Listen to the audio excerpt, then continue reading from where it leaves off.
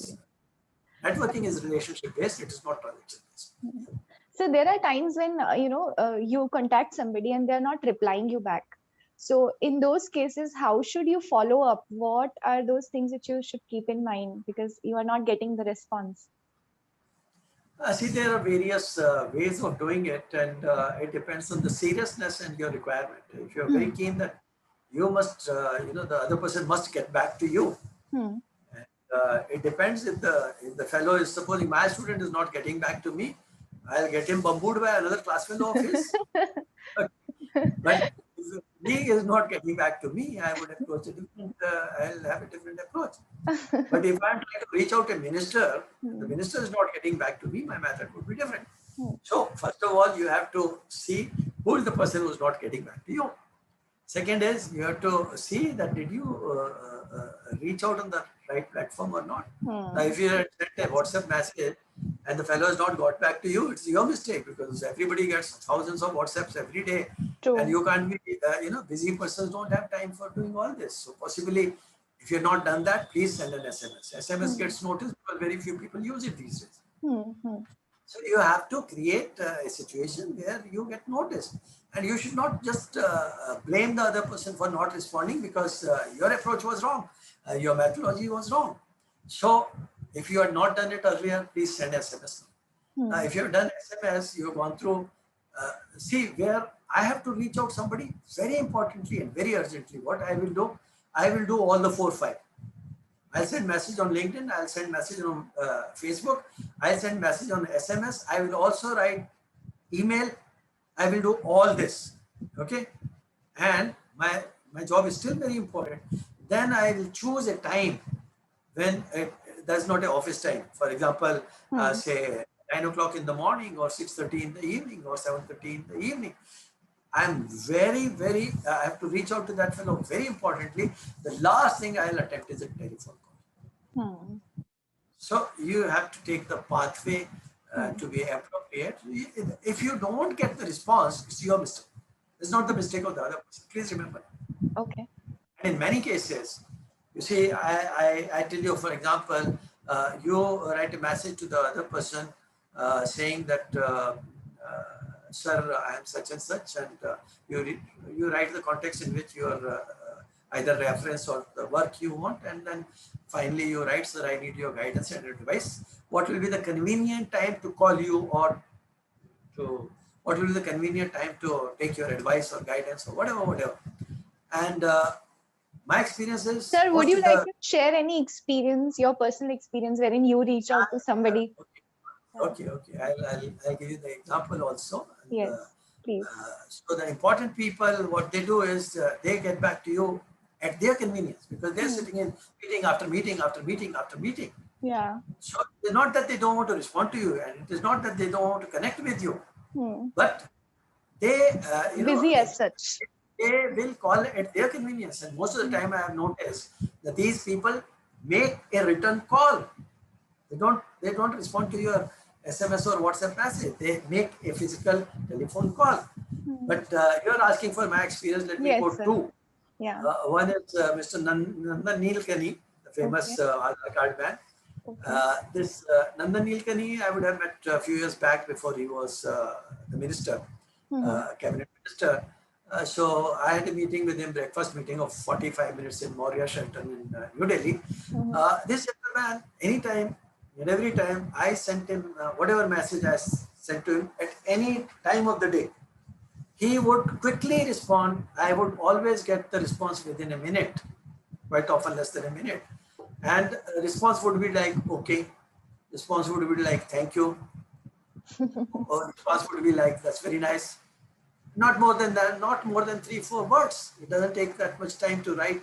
Now, because he's responding to a professor, maybe he may not give the same response to a student. That's a different thing. That's a different. All right, but his responsiveness is an example to be quoted. And there's another gentleman I know of, Tanmay Chakravarti. He's the global head of e-governance in TCS. Very, very senior person. Tanmay Chakravarti, I'm told if you write an email to him at 2:45 in the midnight, 2:45 a.m., by 2:46 you'll get the response. Wow. So that is about this gentleman. So, Hmm. but that is about them. Not Hmm. everybody Not responds everybody. so quickly, and one should not expect everybody to respond that quickly. It's a matter of individual's habits. For example, I will pick up any unknown call. I will pick up I will take any unknown WhatsApp message. But most of the people would block you. So most of the people, unless they know you, will not respond. So you have to look at who are you trying to reach out. If you're wanting to reach out to minister, there's a Hmm. totally different method of reaching out to the minister. Maybe True. you should work on the profile of the OSD, officer on special duty, rather than looking at the phone numbers of the minister in the Hmm. directory. That's the Hmm. wrong approach. So the officer on special duty, supposing he is from IIM Ahmedabad, so you Hmm. should better find out which batch he is from IIM Ahmedabad, and that is your approach to reach out to that person. And that will take you to the minister. You can't reach to the minister directly. So Sir, one has do to, you remember any example of a personal interaction you had for the first time? How did you initiated the conversation? Any tips on that? I did it for pleasure and I've been doing it for pleasure because fortunately I have not met people for work. That's been Okay. my good luck. So, and there are umpteen examples of interaction with people where I had no work Mm-hmm. and I met. So, one was I was taken to, I was introduced to Dadi Balsara. He was one of the richest NRI Indians in the world. Okay. And this gentleman, I think he spent his last 15 or 18 years in a suite he was living in Taj Mahal Hotel in Delhi. Okay. This, that Taj Mahal Hotel quite often is called Taj Mansingh because it is on Mansingh Road. So Mm-hmm. he was staying on the first floor of a very big suite he had where he lived for 15, 18 years. He died there also a few years Mm-hmm. back. Mm-hmm. So I was taken there as an investment banker because this was in 1993 because the lady who took me there, she was my banking colleague earlier, and Mm-hmm. she thought that I can handle the IPO of Mm-hmm. Ganga. Ganga was the first mineral water project Project. set up in Mm-hmm. Himalayas by Adi Balsara for mineral water Very nice. bottled. Mm-hmm. So I was taken there for that purpose. And it was my hobby to meet very rich, very famous, very important people and Wow. extend my time of appointment as a hobby. So, I was given 5 minutes time in this Mm-hmm. meeting. Mm-hmm.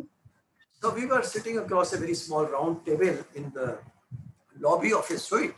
So this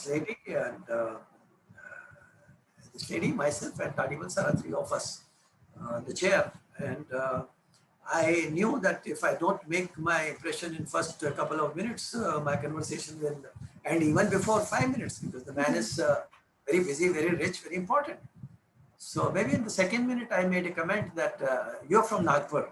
So this gentleman was taken aback because he had left Nagpur very many years back. Uh, And he was in Singapore for donkey years. His wife was a Chinese. And mm-hmm. because of whom he started the Singapore Girl, the famous perfume, Okay. uh, for which Daddy Balsara was known. So he was taken aback hearing Nagpur. So obviously he asked me, how did you know that I am from Nagpur? Though I knew it because my wife's uncle knew him when he was a insurance agent as a youngster in Mm-hmm. Nagpur. But I told him from your accent and your English and your talking, I could make out, which was partly true Mm-hmm. because he had the typical Marathi and Vidarbha kind of accent in his speaking. He was happy and he was impressed. In about third minute of my talking to him, I said, in some context, I said, I can tell you how, he was talking about investment. I said, I can tell you how to make money. I don't know, I said 16% return without any investment. So if you tell a very rich person that you can make 16% return without investment, so you can imagine the reaction. So the guy jumped from his chair and he put in front of me, a pad and pen. Tell me, told me, tell me how. So challenged me, and I knew what I was talking. So this was That's very yeah, important. was in '94, not in '93. In 1993, the Enron project had come to India, and power projects were being funded, and there was a lacuna. Which I had known because I was interacting with some other very rich people in some projects where, Mm-hmm. including Hindujas investing in big power projects.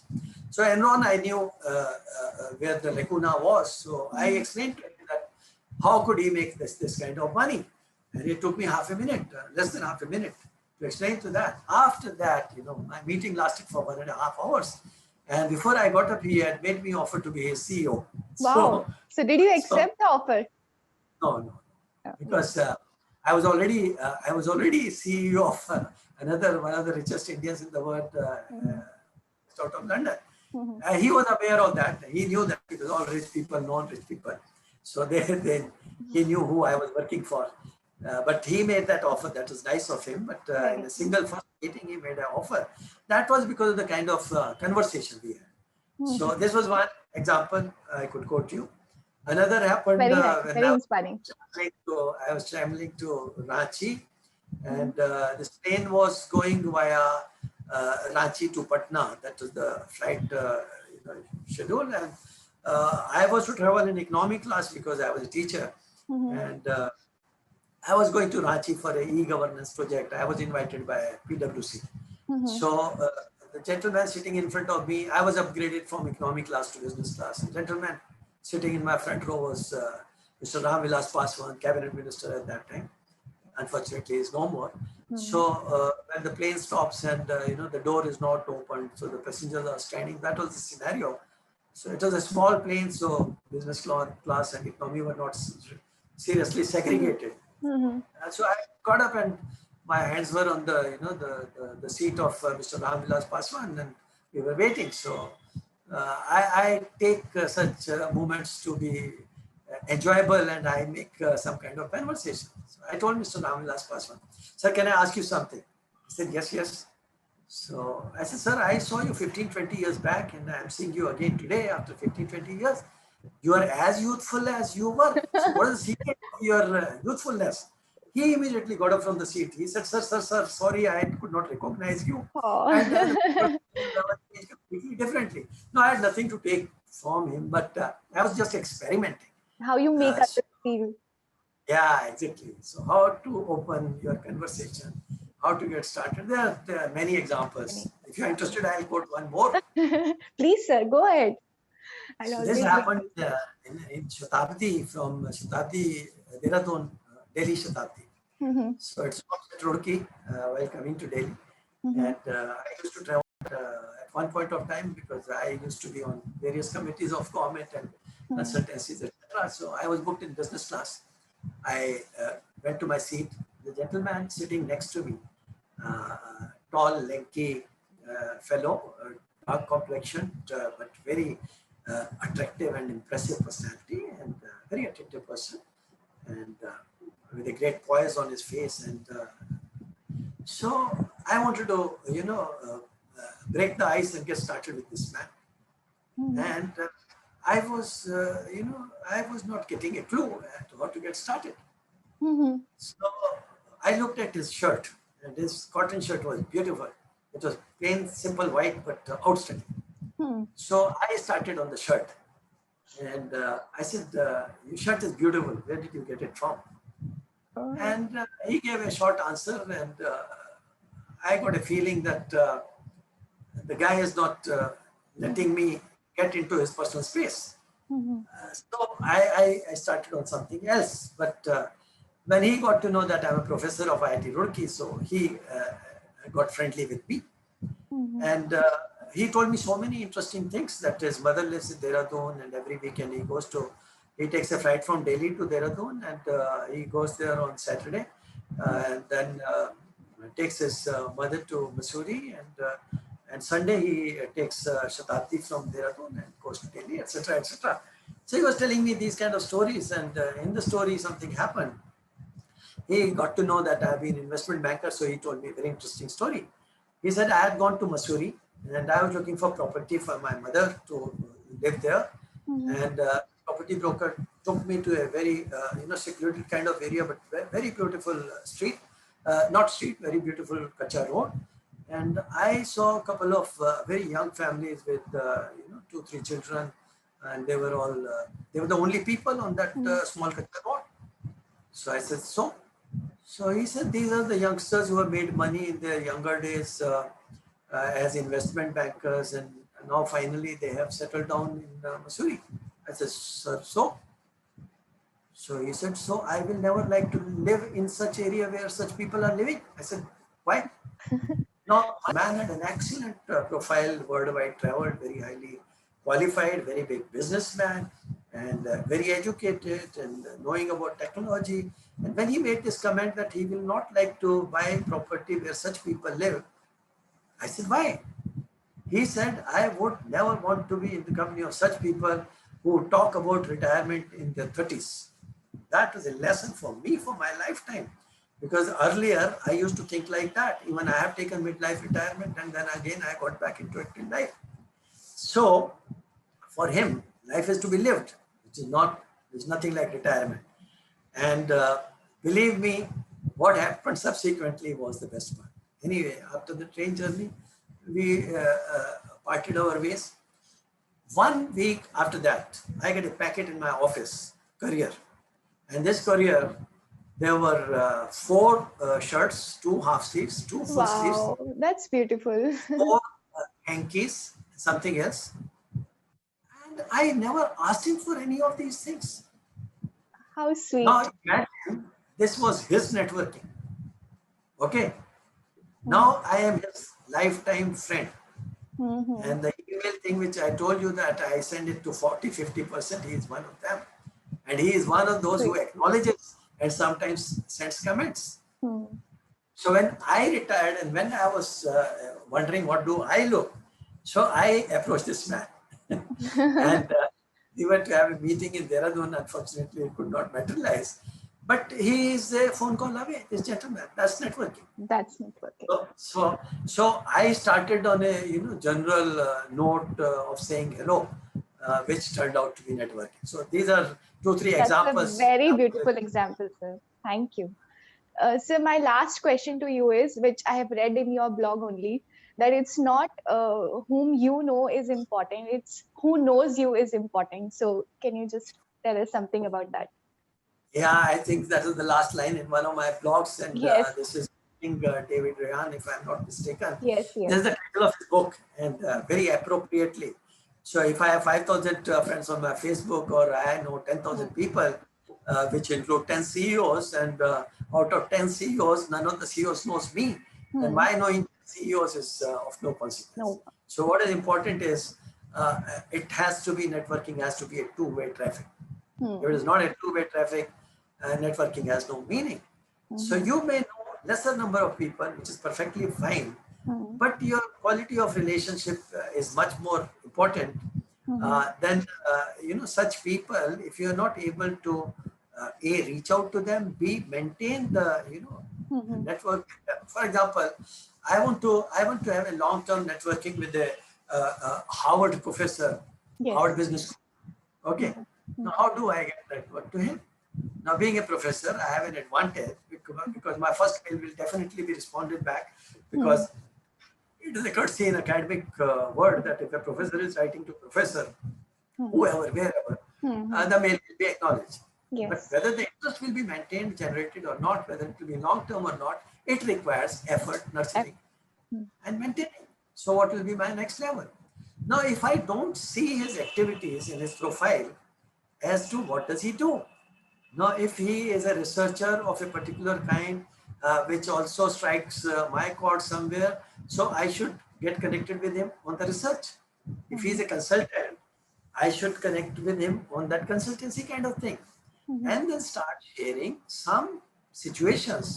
For example, if I don't offer him to come to India, where I will host something, where he'll be a speaker, or where he'll get opportunity to meet some of the top people in the country, why will he connect with me? So the second level of connectivity is very important to generate interest, and the third level is to maintain the interest. If you Hmm. can't go on all these levels, then knowing such people is of no consequence. Hmm. So knowing important people, then remaining connected. One of my students is very good at that, and Hmm. the Hmm. student was he is a product of Triple IT Jabalpur. Then he was my MBA student in NSUT also. Hmm. He is connected to Nestle chairman. He is connected to Dabur chairman. He is connected to Lever chairman. he is connected to Patanjali people, all these Very nice. FMC people. That's his area of interest. Mm-hmm. He gets connected very easily and very fine, and that is an art which even I need to learn from him.